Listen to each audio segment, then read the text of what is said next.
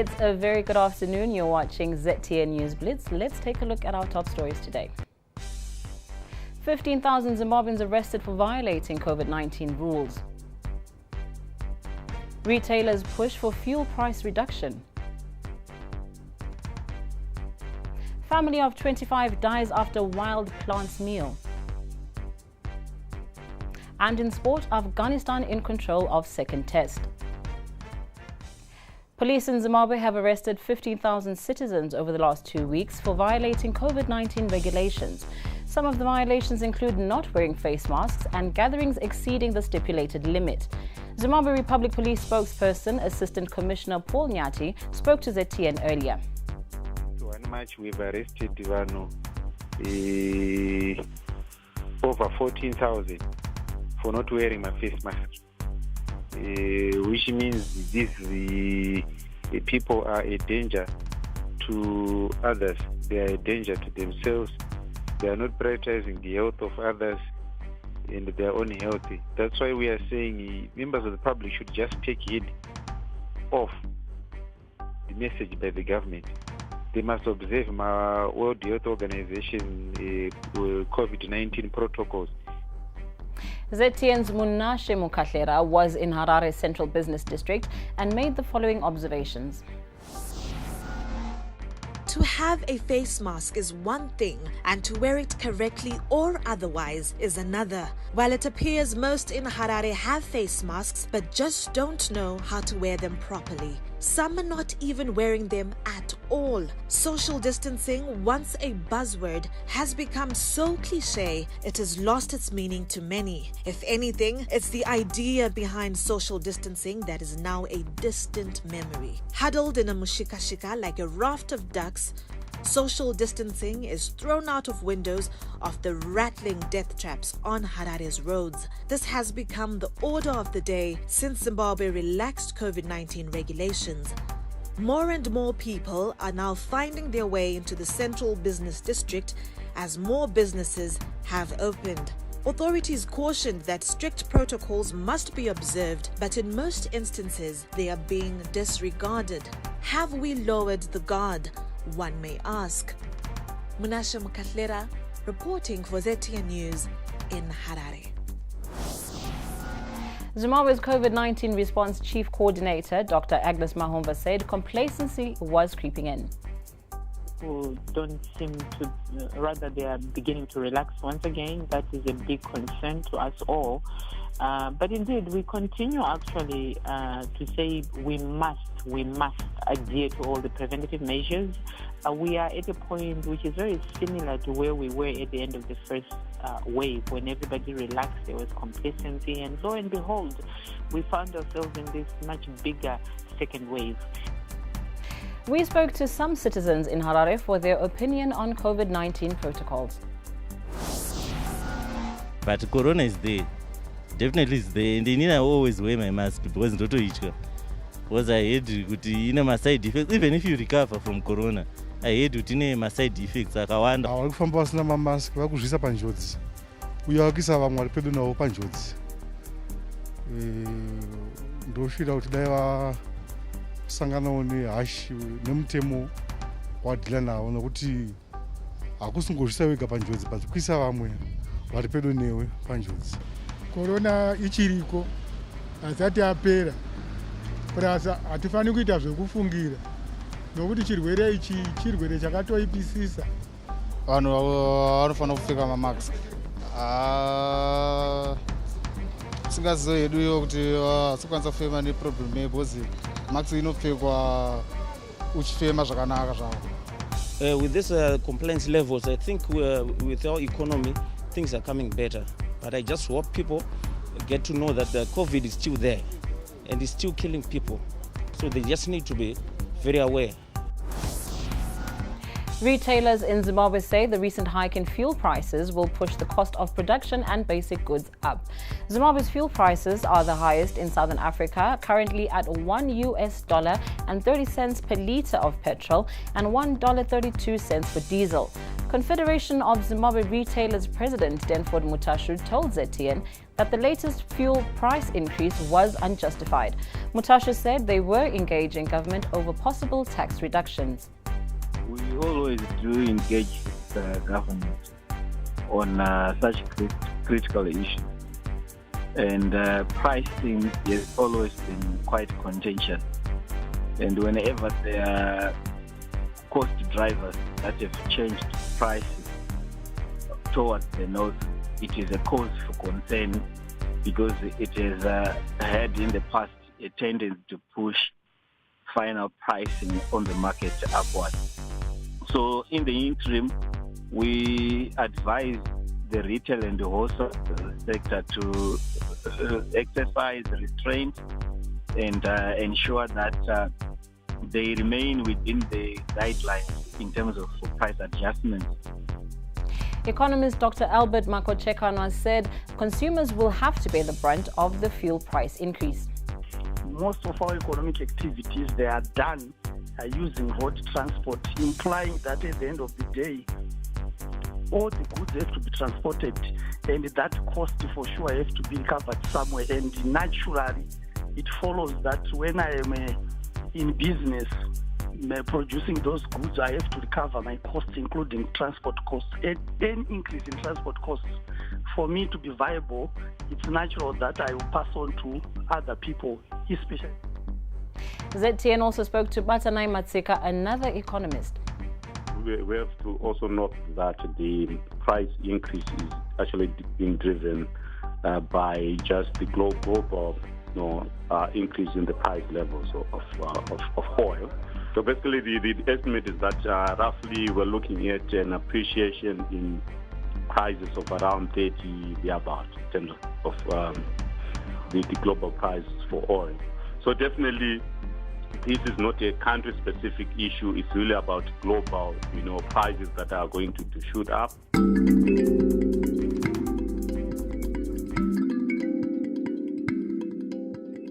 I lay awake at night, staring at the darkness. Why do I have broken bones? Why is my heart shattered? He says he loves me.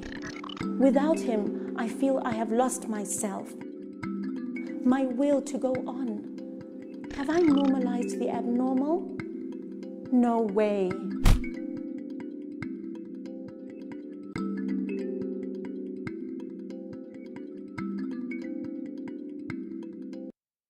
The Zimbabwe government has lifted a ban on riverbed mining for villagers who live close to Angwa, Save and Mutebekwi Will. The Zimbabwe Environmental Law Association says authorities and stakeholders should collaborate to find a solution. When it comes to riverbed mining, I think there are certain countries that we can learn from that are doing it from an environmentally sustainable manner. And I think that's very key, and in a manner that also respects the rights of those people who rely on those rivers. It might actually be good to convene some kind of a stakeholders meeting where people can come together and assess the benefits and challenges associated with riverbed mining, for example, before adopting any position. I'm not sure what they have produced as a guiding document or a plan. I'm not sure whether that is in place. Information, Publicity and Broadcasting Services Minister Monica Mutswangwa speaks.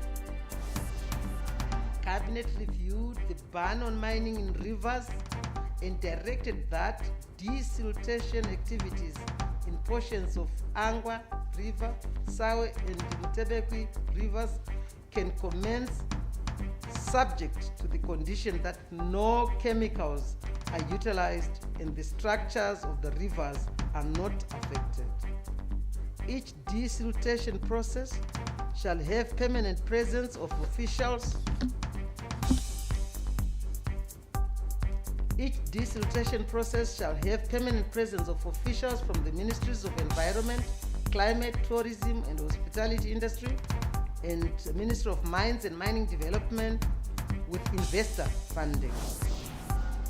A gang of 6 armed robbers raided Access Bureau d'Echange in Bulawayo this morning and made off with an undisclosed amount of money in foreign currency. The robbers also allegedly carjacked a security company. The robbery occurred shortly after 8 a.m. at Parkade Center in the Central Business District. Witnesses told our Bulawayo Bureau that the 6 were traveling in a Honda Fit vehicle without number plates. They confronted security personnel who were parked at the Bureau d'Echange and 3 of them went inside. They ordered everyone to lie down and got away with the cash. National Police spokesperson, Assistant Commissioner Paul Nyati speaks. That's only my facts, but we confirm. Such an incident, but we're still attending the report and we'll give out my facts later on. Zim dancehall star Pop Tain says being nominated for the upcoming Star FM Listeners' Choice Awards is victory in itself. The adept chanter has been recognized for his immense contribution of churning hit after hit last year. He is leading the 2021 Star FM Listeners' Choice Awards nominees with 7 nods.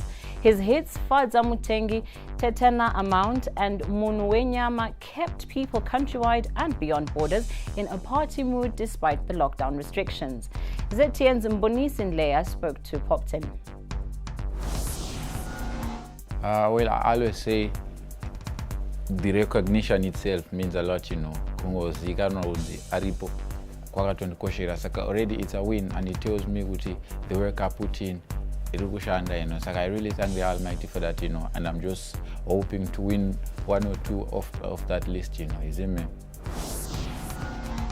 Introducing the COVID funeral plan from Doves. This policy covers death from COVID-19 or COVID-19 related funerals. The Doves COVID funeral plan is effective immediately with no waiting period. For more information, please contact 0731 772 784, 0731 772 782, WhatsApp 0731 750 989, email callcenter@doves.co.zw. Visit our website www.doves.co.zw or visit the Doves Holdings Facebook page. Doves, for the ones you love.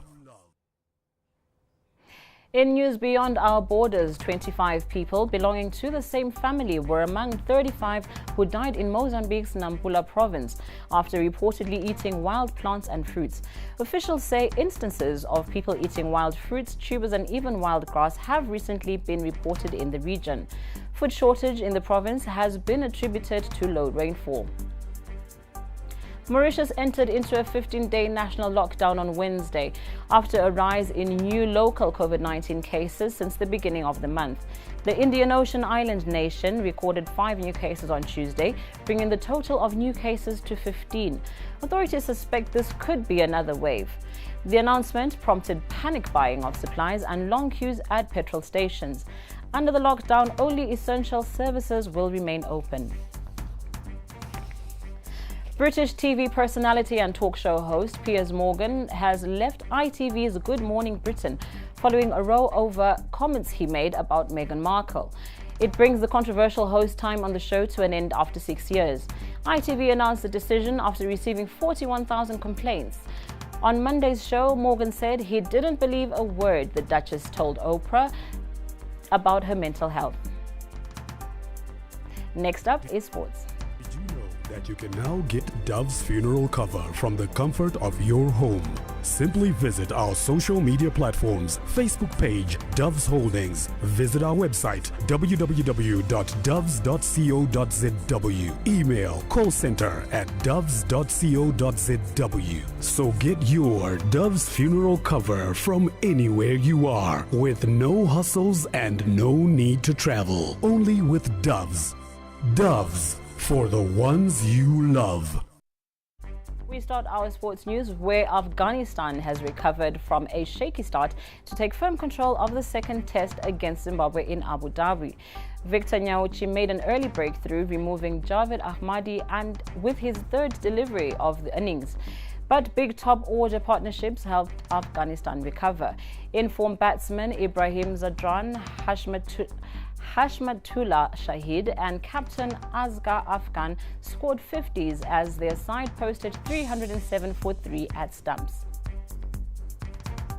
Meanwhile, Zimbabwe's 2020 squad members, batsmen Tinashe Kanukamwe, all-rounders Milton Shumba and Faraz Akram have left the country today. They'll be joining the team ahead of a 3-match series against Afghanistan starting on March 17th in Abu Dhabi. Women's cricket has led the resumption of the domestic season with the regional one-day competition. The tournament has started today at Harare Sports Club. Meanwhile, the Logan Cup has been scheduled to return March 18th as Zimbabwe cricket aims to finish the season. And in the world of tennis, Roger Federer makes a much-awaited comeback after a 13-month absence caused by injury. The 39-year-old Swiss plays Britain's Dan Evans in the round of 16 of the Qatar Open today. It's his first competitive match since his Australian Open semi-final loss to Novak Djokovic last year. And that's it from us at ZTN News Blitz. But do remember you can connect with us on our social media platforms, Twitter at ZTN_news, on Facebook, Zim Papers TV Network, and on Instagram at ZTN. Now, of course, remember to like and subscribe to our YouTube channel, ZTN. And of course, you can follow our website, ztn.co.zw for more updates. Thanks for watching.